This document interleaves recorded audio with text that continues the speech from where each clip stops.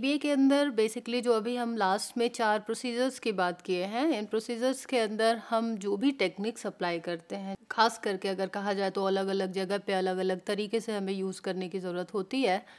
वो टेक्निक्स में main techniques कुछ हैं जो कि जिनके बारे में मैं आप लोगों से आज बात करूँगी।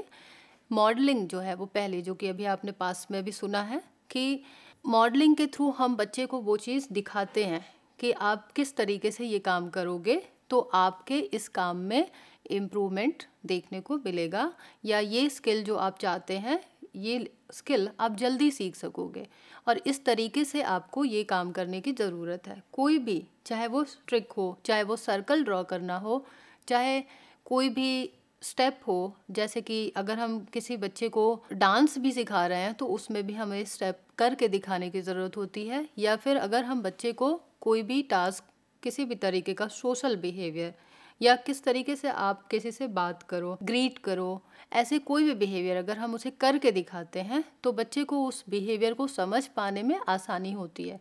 मॉडलिंग हम खुद भी करके दिखा सकते हैं या हम किसी वीडियो के थ्रू भी हम बच्चे को ट्रेनिंग दे सकते हैं, जिसको देखने के बाद वो सीखे और सीखने के बाद उसको वो अप्लाई करें। इस तरीके की जो प्रैक्टिस है, उस प्रैक्टिस को हम मॉडलिंग टेक्निक कहते हैं।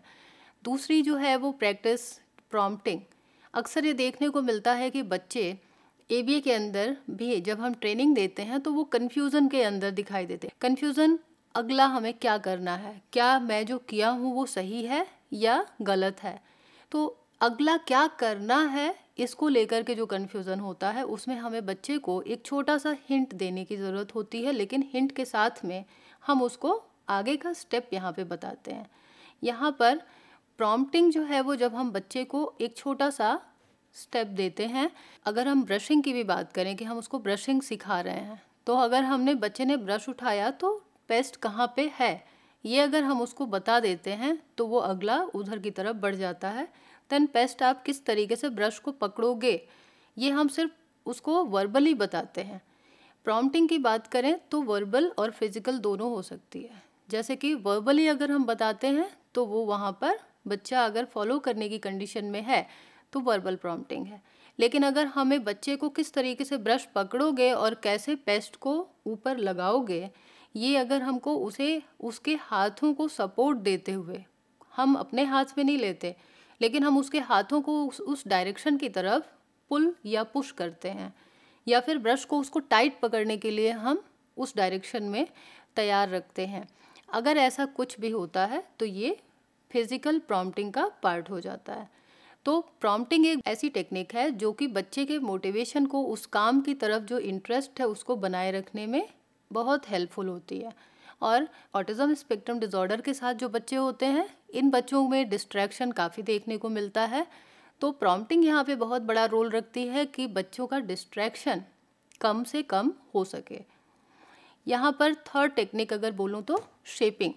तो शेपिंग के अंदर जिस तरीके से बच्चे जब भी कोई काम बार बार करते हैं तो वो प्रैक्टिस का पार्ट बन जाती है और वो एक्सपर्ट की तरह से उस पर्टिकुलर स्टेप पर देखने को मिलते हैं। लेकिन यहाँ पर एक बात देखी जाए कि एक लेवल पे या एक स्टेप पे तो बच्चे एक्सपर्ट हो गए, अब अगले लेवल, मतलब अगर एग्जांपल के तौर पे मैं बोलूँ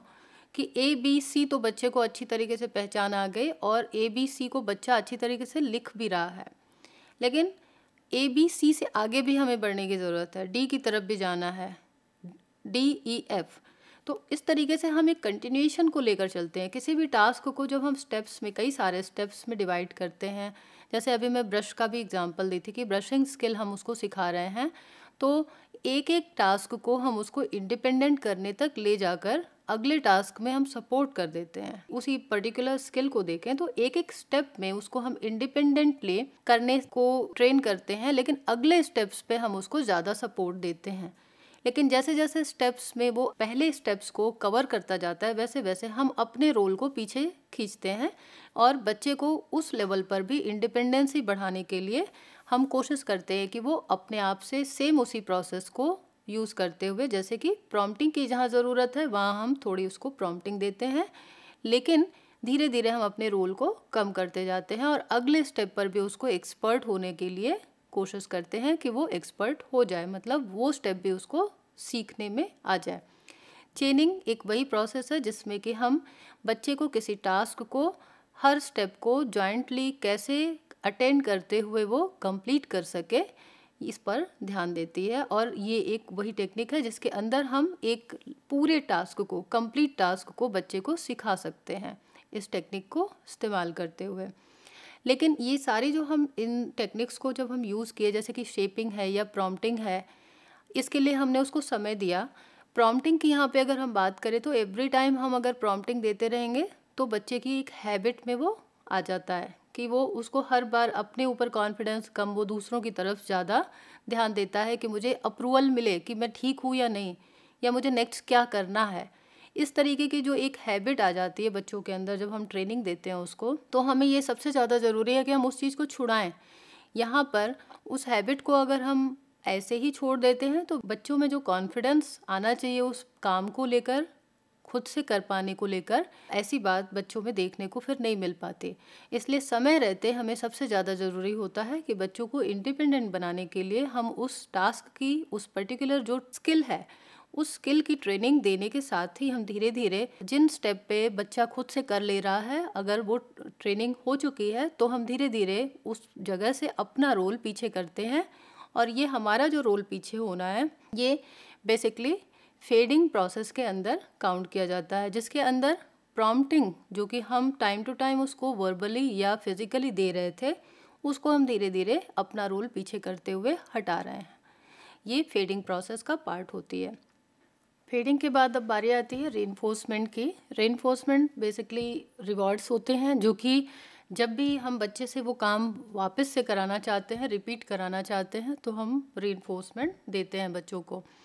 वो रिवॉर्ड्स जो हैं वो बच्चों के लिए एक मोटिवेशन का काम करते हैं। यहाँ पर रीइंफोर्समेंट अलग अलग सिचुएशन में, अलग अलग बच्चों के काम के लिए अलग अलग मात्रा में दिया जाता है, जिसमें कि बेसिकली अगर कहा जाए तो जो भी काम हम कराना चाहते हैं बच्चे से, अगर वो काम बच्चा करता है तो हम उसके लिए जो रीइंफोर्समेंट देते हैं उसको हम differential reinforcement for alternate behaviour कहते हैं। लेकिन अक्सर ये देखा जाता है कि बच्चे में बहुत सारे कुछ ऐसे काम जो कि बच्चे की जो स्किल है, खास करके अगर बोलूँ तो प्रॉब्लम बिहेवियर्स जो होते हैं, अगर वो बच्चा बार बार करता है जो कि हमें अच्छा नहीं लगता और जो छुड़ाने की ज़रूरत होती है, उसको कम करने के लिए या उसको छोड़ने के लिए जब हम बच्चे को कोई भी रीइंफोर्समेंट देते हैं, कोई भी उसको जो हम इनाम देते हैं, तो वो एक तरीके से differential reinforcement for lower behaviour के अंदर काउंट किया जाता है। इसके अलावा कोई भी काम बच्चे को जो हम चाहते हैं कि वो काम ना करे, भले से वो कुछ और करे लेकिन वो काम ना करे, ऐसी कंडीशन में अगर बच्चा जो हमारे कहने से वो काम नहीं करता लेकिन कोई दूसरा काम वो करता है जो कि हम कहते हैं वो नहीं करता, लेकिन उससे कम लेवल का कोई भी ऐसा काम करता है कि हम उस चीज़ को एक्सेप्ट कर सकें। जैसे एक तरीके से अगर मैं बोलूँ कि बच्चे को आदत है कि वो दूसरों को हिट करता है, मारता है, यहाँ पर अगर हम उसको ये कहते हैं कि तुम मारोगे नहीं, वहाँ से हट जाओ, लेकिन उस बच्चे को तुम मारोगे नहीं, तो यहाँ पर अगर वो बच्चा उस बच्चे को नहीं मारता है लेकिन वो उसके हाथ को बहुत टाइटली पकड़ता है, ऐसे में भी उसको पेन होता है लेकिन वो मारता नहीं है। ऐसी कंडीशन में अगर उसने इस तरीके का कोई बिहेवियर किया कि वो नहीं मारता है लेकिन उसके हाथों को थोड़ा पेन जरूर देता है, ऐसी कंडीशन में जब हम उसको रीइंफोर्समेंट देते हैं तो वो reinforcement differential reinforcement for other behaviour के तौर पे देखा जाता है। उसने उस बिहेवियर को नहीं किया, लेकिन जो बिहेवियर किया है वो लोअर रेंज में या फिर कोई दूसरा बिहेवियर जो कि हार्मफुल नहीं है, ऐसे बिहेवियर को उसको करने के लिए हम ये बताते हुए कि आज ये नहीं किया, इसके लिए तो हम तुमको रिवॉर्ड दे रहे हैं, लेकिन ये बिहेवियर भी आगे से ध्यान रखना कि नहीं करना। इसी तरीके से अगर हम जैसे बच्चे को किसी के आने पे आपको नमस्कार करना है या फिर गुड मॉर्निंग विश करना है, ऐसी कोई ट्रेनिंग अगर हम देना चाहते हैं, बच्चा अगर वो बिहेवियर करता है जो कि एप्रोप्रिएट बिहेवियर है, जो हम उसको सिखा रहे हैं, जबकि पहले वो बच्चा बिल्कुल उसका अपोजिट करता था, वो लोगों से ठीक ढंग से बातें भी नहीं करता था, ऐसी कंडीशन में अगर वो इस तरीके के बिहेवियर करता है तो वो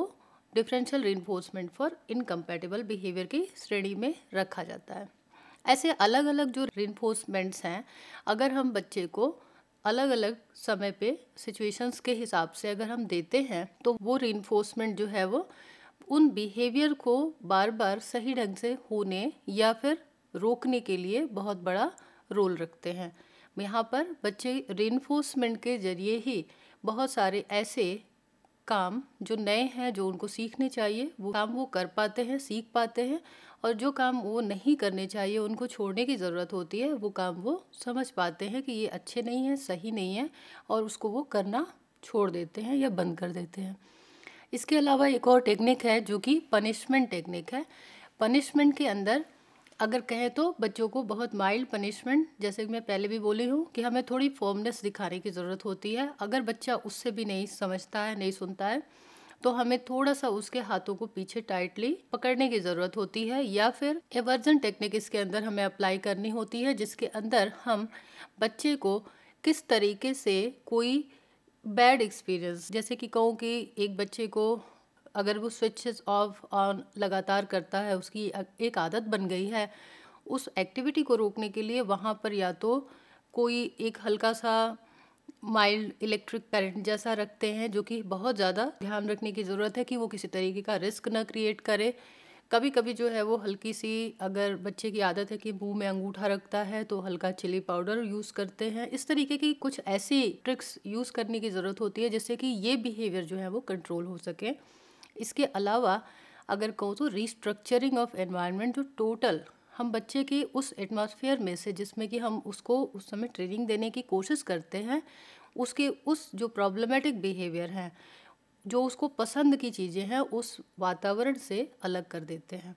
तो ये एक तरीके का पनिशमेंट उसके लिए हो जाती है। तो हमें ये ध्यान देने की ज़रूरत होती है कि अलग अलग टेक्निक्स को हम कैसे अप्लाई करते हुए बच्चे के जो व्यवहार है या जो उसको कोई भी नई स्किल सीखने के बीच में रुकावट खड़ी कर रहे हैं, उसको हम कैसे रोक सकें।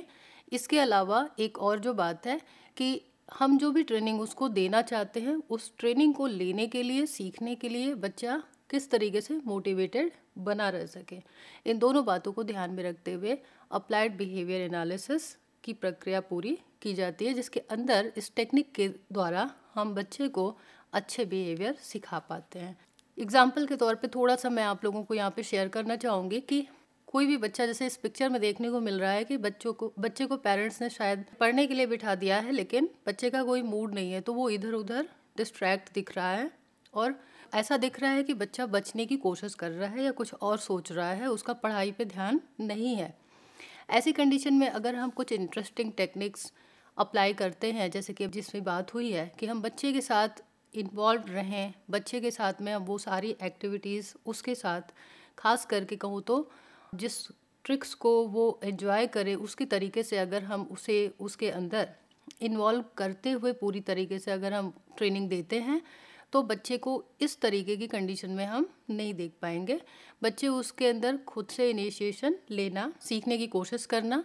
और एक सही रिज़ल्ट जो कि ट्रेनिंग का एक अच्छा आउटकम हो सकता है, वो हमें मिलने की ज़्यादा चांस बढ़ जाती हैं। तो यहाँ पर जो भी लिमिटेशंस हैं बच्चे की, लिमिटेशंस को हमको समझने की ज़रूरत होती है, और स्किल का जो डेवलपमेंट है वो हम किस तरीके से कर सकें,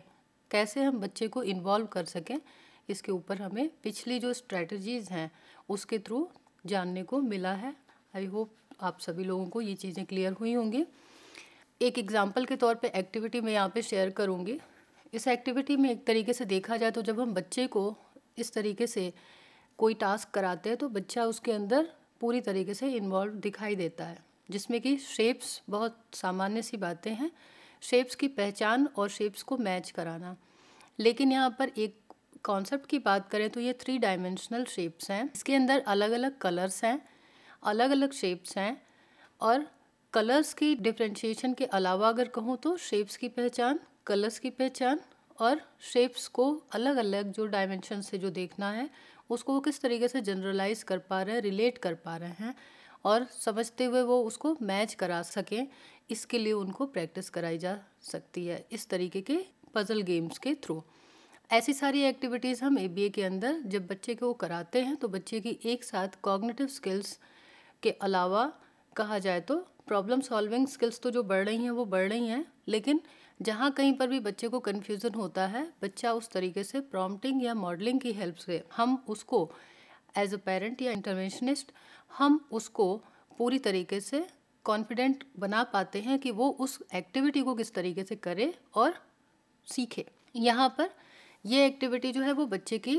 लॉजिकल थिंकिंग इम्प्रूव करने के साथ साथ बच्चे का एक सिटिंग टॉलरेंस या अटेंशन स्पैन भी इम्प्रूव करने में काफ़ी हेल्पफुल होती है। इसके अलावा अगर बोलूँ तो यहाँ पर एक जो लेफ़्ट में जो पिक्चर है, इसमें एक तरीके से अगर कहूँ तो घड़ी के शेप में उसका टाइम, तो हम उसको टाइम का कॉन्सेप्ट तो दे रहे हैं, लेकिन उस कॉन्सेप्ट के अलावा अगर जो देखने को मिल रहा है वो बच्चे को फेस रिकग्निशन,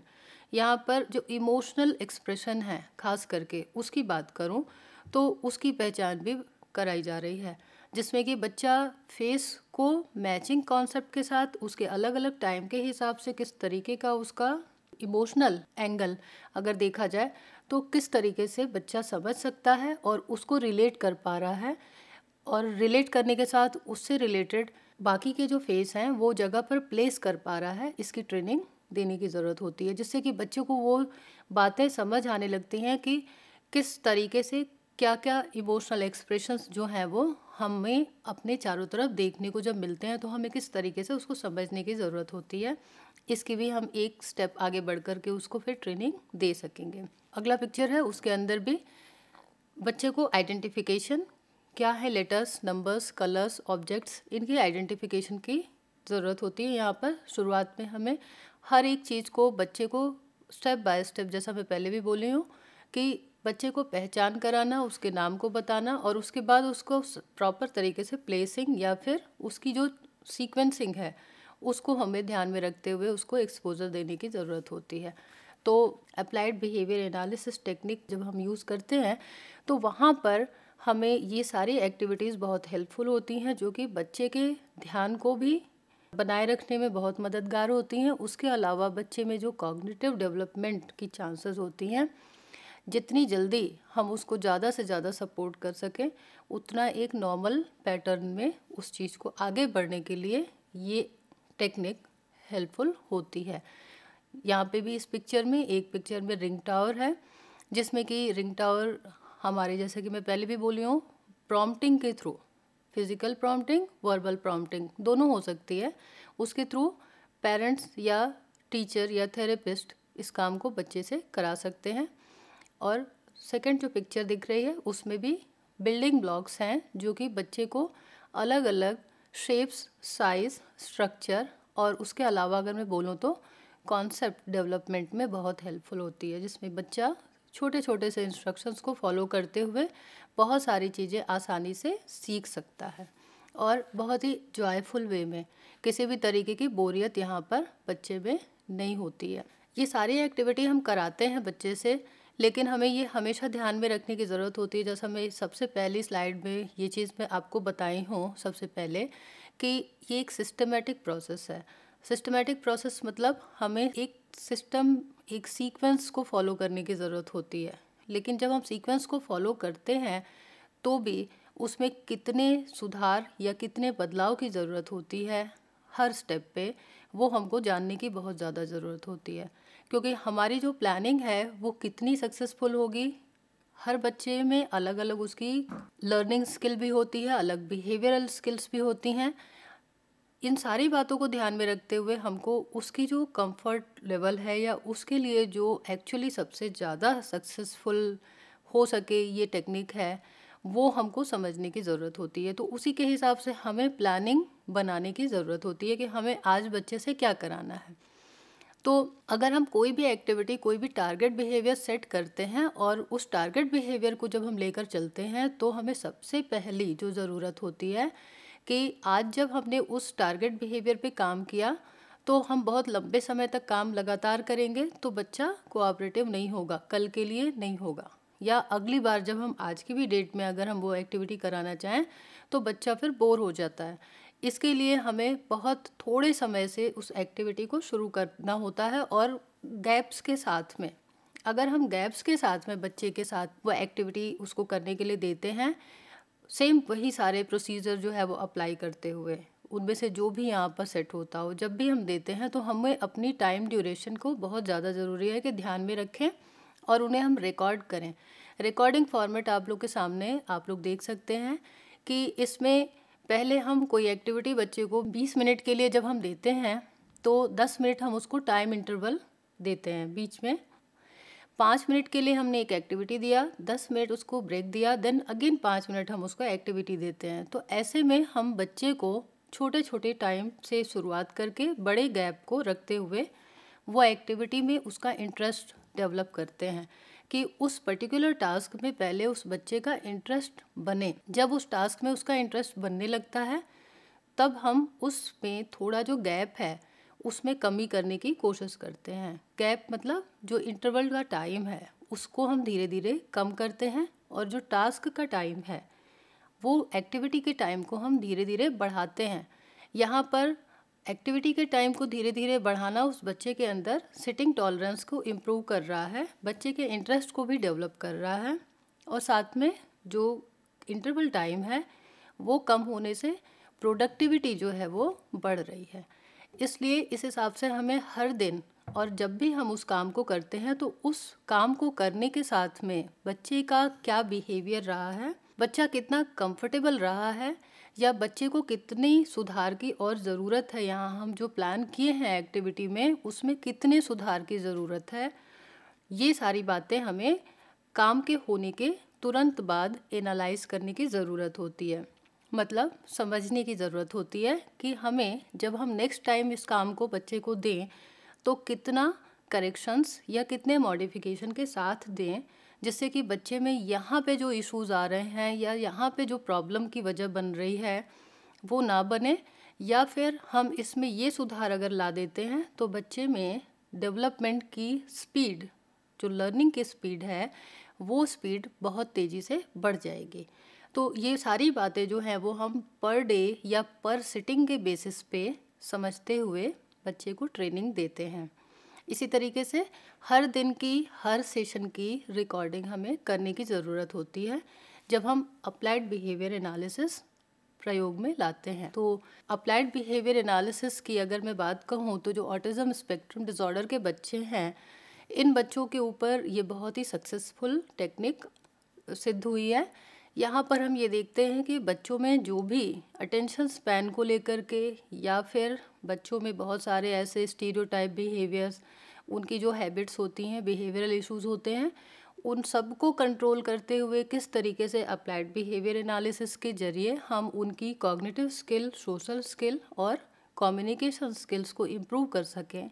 इसमें अप्लाइड बिहेवियर एनालिसिस बहुत ज़्यादा सफल पाई गई है। अप्लाइड बिहेवियर एनालिसिस को लेकर के जो भी अभी तक जो बातें आप लोगों से हुई हैं, उम्मीद करती हूँ कि ये बातें पूरी तरीके से समझ में आई होंगी और ये आप लोगों के लिए बहुत ही उपयोगी भी होंगी। इसी के साथ में आप सभी लोगों से अनुमति चाहूँगी। नमस्कार।